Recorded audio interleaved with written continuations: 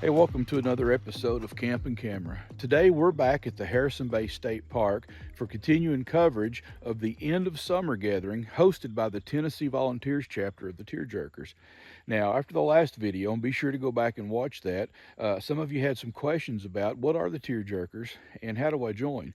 So today, in addition to giving some really cool tiny camper tours, I want to talk a little bit about what goes on at a TearJerkers gathering and just who the TearJerkers are. So the TearJerkers actually started back in about 1997 by a small group of folks who wanted to use their hot rods to pull their teardrops to some local meetups. And this thing has really grown. Right now it goes across the nation. There are chapters in every state. There are even members in New Zealand, Australia, Canada, and different spots, the world. So this thing has really took off. Now what you're going to find is that there are teardrops there. There are Squaredrops. Quite a few converted cargo trailers, vintage campers, and even some larger travel trailers. But it's not about the camper. It's about the people that you're going to meet and the stories that you're going to share around the campfire. The camper is just a common denominator. So one of the campers that's drawing a lot of activity is this tab made by Nucamp. And this is probably one of the most popular campers in the nation, I would imagine. Yeah. And I hate to say it, but I have never had the opportunity to see one of these in person and take a tour of one. So we're going to do that. Who have I got? Sean Tubbs and Wynn Tubbs from Jackson, Tennessee. All right. Well, hey, show me this pretty camper here. Yeah, come on. We've got a big utility box. We can maneuver the tag with these handles. You get a bad campsite or need to rotate it a different way, you can just put the wheel on and go. We've got a king size bed with just beautiful millwork in there. Take a look, Michael. Wow, check out the size of that bed. There's plenty of room for two people to get a good night's sleep. And just as I expected, the cabinets are sleek and modern and appear to be well built. Hey, is that a window up front? The item we like most on them is the stargazer window here. We can sit in bed and you see the moon or stars going over, and it's just gorgeous. Now, as I understand, these are Amish built. Yes. In like Sugar Creek, Ohio. Correct. And there's like a really big following around these. I think they even have their own gathering once a year. And I've heard that the craftsmanship is really, really high quality. That's probably going to be evident in the galley. Let's take a peek at that galley. We got everything we need back here. We didn't think we'd use a microwave, but we probably use that more than I would admit. Yeah. I'd like to have one. And it's just great back here. We got the speakers, of course, two burner gas stove, plenty of storage. We don't use the water setup. Okay. But, and the refrigerator went there, but we use it for storage now. So what do you do for a refrigerator? We've got a little 12-volt we keep in the back end of the truck. One of the things I found that's unique about this are these side pieces. Does this come with the camper? No, a lady, Mimi, I can't think of her last name, makes these. They're called tag wing walls. Okay. And they're awesome because they give you a little more privacy when you close campsites close, and they block the wind when you're cooking. You get a better flame. Okay. And it adds a little color to it. So that's kind of what my wife likes. So I have finally seen my first tag camper. As far as I mean, I've seen one at an event and just walked by, but I just didn't have the opportunity to, do a tour of it. So this is really cool. And I'll have to say, They're pretty darn nice. I'm a DIY guy, but hey, I can't knock it. It's a good looking camper. So thank you very much for the tour. Welcome. All right. So if you've watched the channel before, you know that we actually built our camper. It's a teardrop we call the Camp Easy 5945. Had just a good time building it. And one of the things we like to do at a rally or a gathering is go around and look at the other campers, whether they're DIYs or factory built, and get ideas that we can incorporate into our own build and hopefully bring a few of those in some future videos. And checking out each other's campers is not only okay, it's actually encouraged. Some of the rallies we've been to or meetups, you just, basically walk around yourself and you look at each other's campers and you'll kick the tires and tell some stories. I've been to a couple where they'll have like a group meetup at like 10 a.m. in the morning, and the whole group will walk around the campground and stop at each camper one at a time, and that gives you an opportunity to give a tour of your camper to the larger group. Usually they'll spend 3 or 4 minutes at each one. So yeah, it's a wonderful place to get ideas for your own camper and see what others are doing. And at every meetup that we've been to so far, the director of that chapter that's hosting the event has had some kind of activity that you can participate in. Now, it's not required, but you certainly could do so. At the one here at the Harrison Bay State Park, they did an event where they were doing tie-dye t-shirts, and they were showing folks how to do that, and that was pretty cool. I went to one where they had like a yoga class in the morning. No, I didn't participate in that one.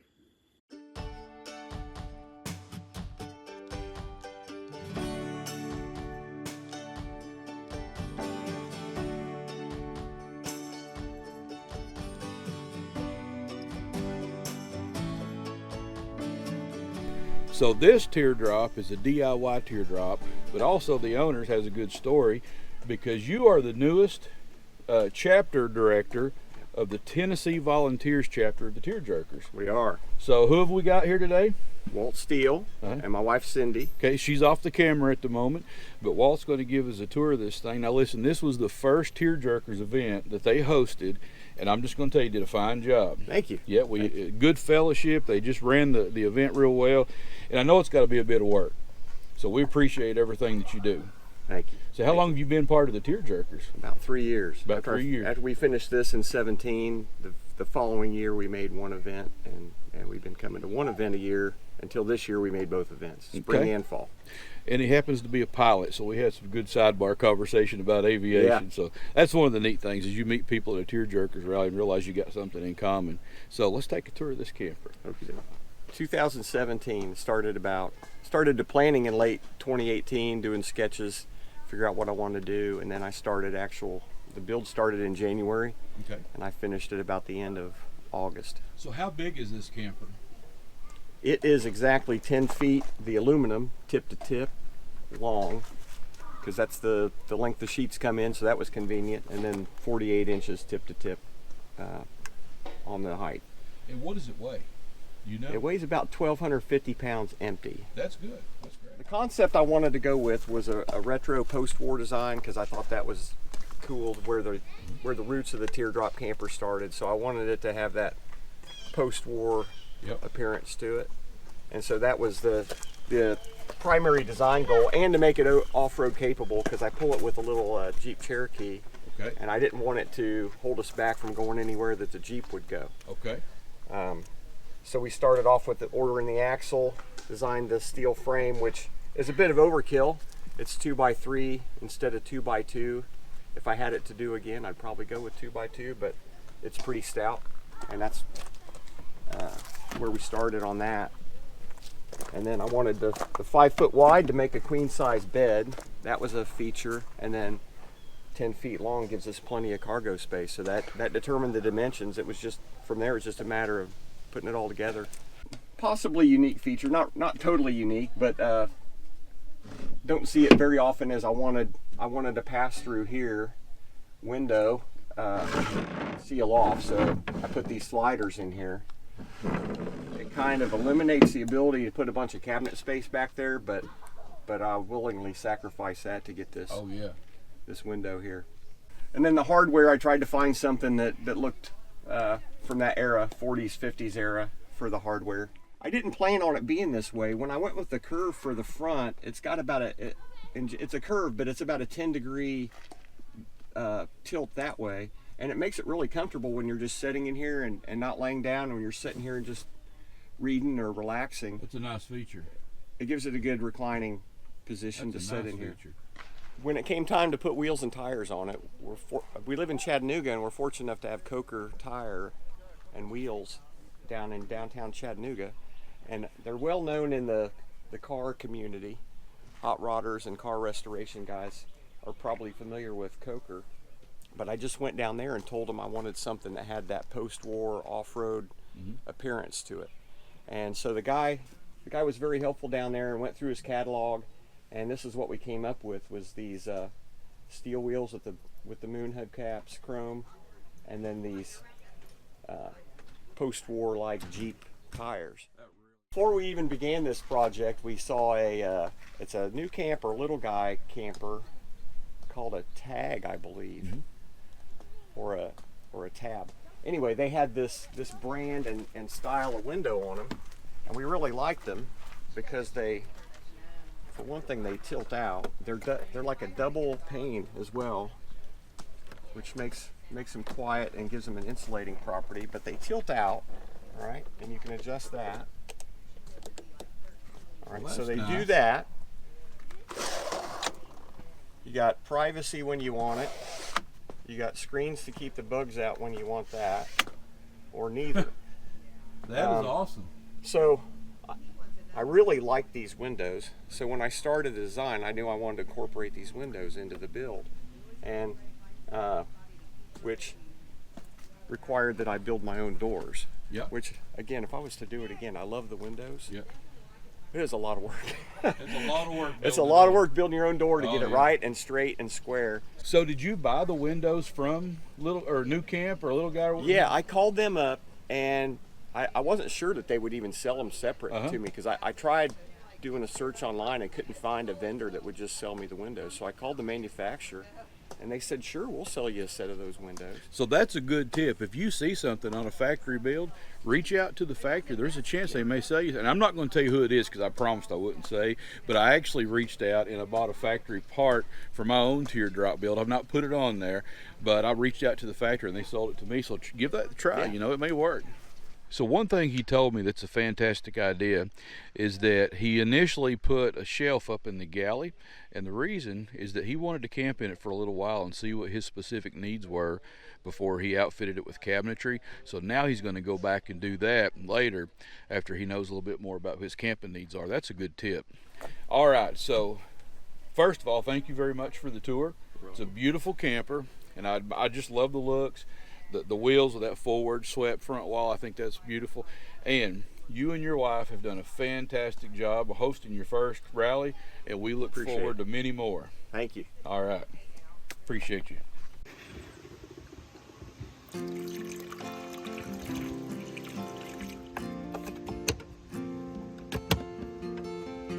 All right, I've got to come clean about something.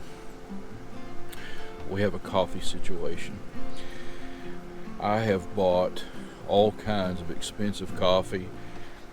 I've bought, pre-ground. I've bought whole bean. I have a burr grinder versus a metal blade grinder. I've percolated. I've done everything. I've been all over trying to buy, craft coffee that's grown at certain elevations, and I keep coming back to Walmart Great Value Colombian in a K-cup. I'm ashamed to even be saying this. Every time I go and try something different, I end up coming back to a stupid Walmart K-cup coffee. So I've got a little tiny $20 K-cup coffee maker from Walmart. I think you can get those at the Dollar General store or Walmart, either one now.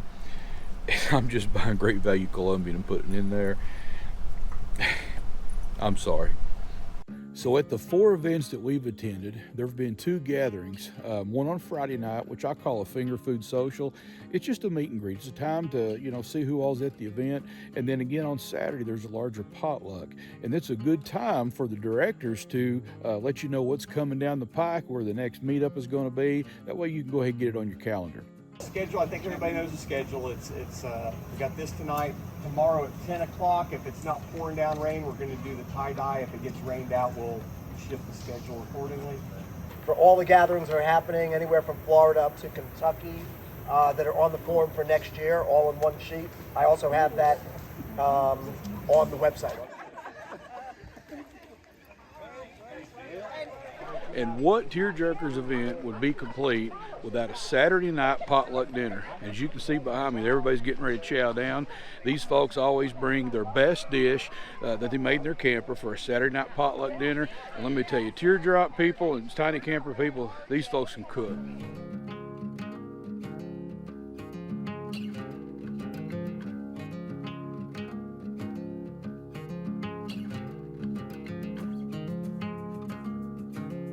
So I'm walking around the campground and I see a camper, a Teardrop, that I have never heard of before, which is getting pretty hard, you know, because I've seen so many of these things now.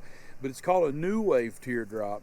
And we've got some super nice owners here. What's your names? I'm John. Heather. John and Heather. So they're going to show us this thing and introduce us to a Teardrop I've never heard of before. So show us around. All right. Weighs 983 pounds empty. Okay. So it's pretty light. We've added a lot of little things to it. When we bought it, it was pretty empty. You know, there wasn't a whole lot to it. We've added shelves.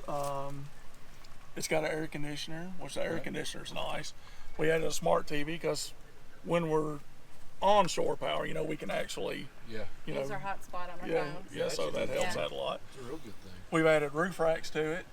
Which, did this awning, so this awning didn't come on, No, right? no. So what kind of awning is this? We looked at the ARB awnings, and the price was it was ridiculous. Oh, yeah. You know, so this is a knockoff. Do you remember? It is off Amazon. It's a YesCom. Yeah. I have seen that. Yeah. It's $184. Okay. Yeah. So it's half the price.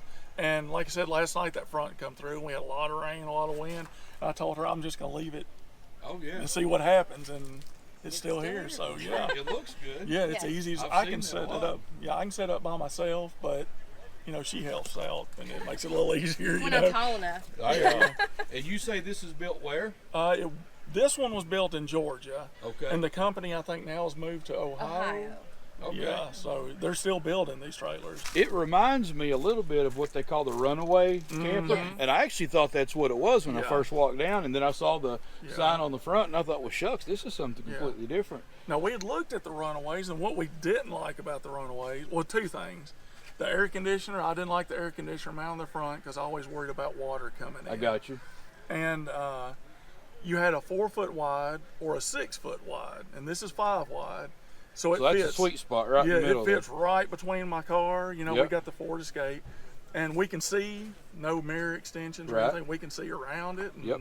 I can still look at the tires because they stick out, and I can see if if anything's wrong with the tires. And you've got bigger tires on it. It's not like the little old 12 or 13 well, inch they're tires. they're actually Or 12 inch, I mean, like a Harbor Freight. Yeah, they're 15-inch tires, Okay.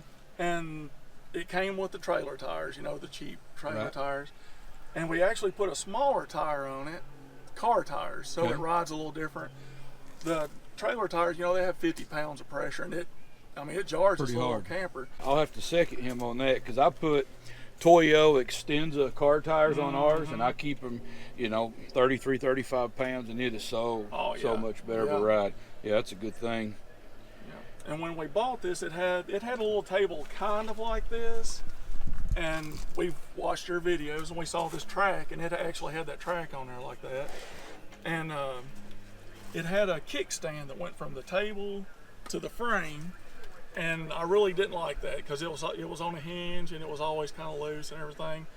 So I extended the table out, and this is actually like It's a broom handle or a duster that's that adjustable. extends what I'm out, talking and about. I mean it holds all the weight. We cook on it. We do everything on that table. Heck yeah, so, that works great. yeah. And the back of it's solid, right? It's Galley. open. Really? There's still a galley in Yeah. there. Well, this is a bonus. I didn't know there Yeah. was a galley. Yeah. Shucks, show us this galley. Yeah, and like I was talking about the air conditioner on the Runaway, it sticks out the front, and I worry about the water and everything. This one, the air conditioner sticks out here, and it's open, completely open underneath. Well, So it lets all the ventilation and air out the bottom. So I think it's a 4,000 BTU air conditioner. And I was talking to one of the guys earlier. They were talking about theirs short cycles, and it'll freeze up and everything. Well, this one we've never had. We've been in some pretty hot places and never had it freeze up before. And I see you've got the stabilizer jacks on the bottom, and Yeah. you've got a receiver hitch Yeah. there, which would be handy for yeah, camper for bicycles. or Yeah. whatever, yeah. Well, that's nice. I'm not going to show you all this mess, but I've put a battery in there because we do a lot of boondocking, you know. I got you. Off, you know, no electricity or anything. So do you have solar? No, not yet. Not We put the roof racks on, and that's part of I got you. the future plans. I got you. But we can run, it's just a regular deep cycle battery. We can run fans, lights, and everything for Yep. 3 days pretty easy. Okay, so he said this is the second TearJerkers meetup that he's been to.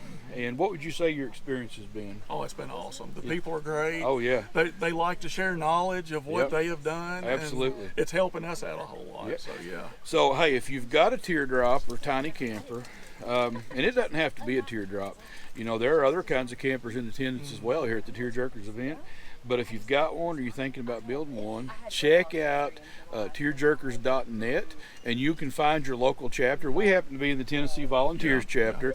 There's the Bluegrass chapter, the Dixie chapter around here, the Carolina chapter, and it's just a real good thing. Yeah. So, hey, thank you so much for the tour. I really appreciate it. And I love your little camper. Thank you. All right, good deal.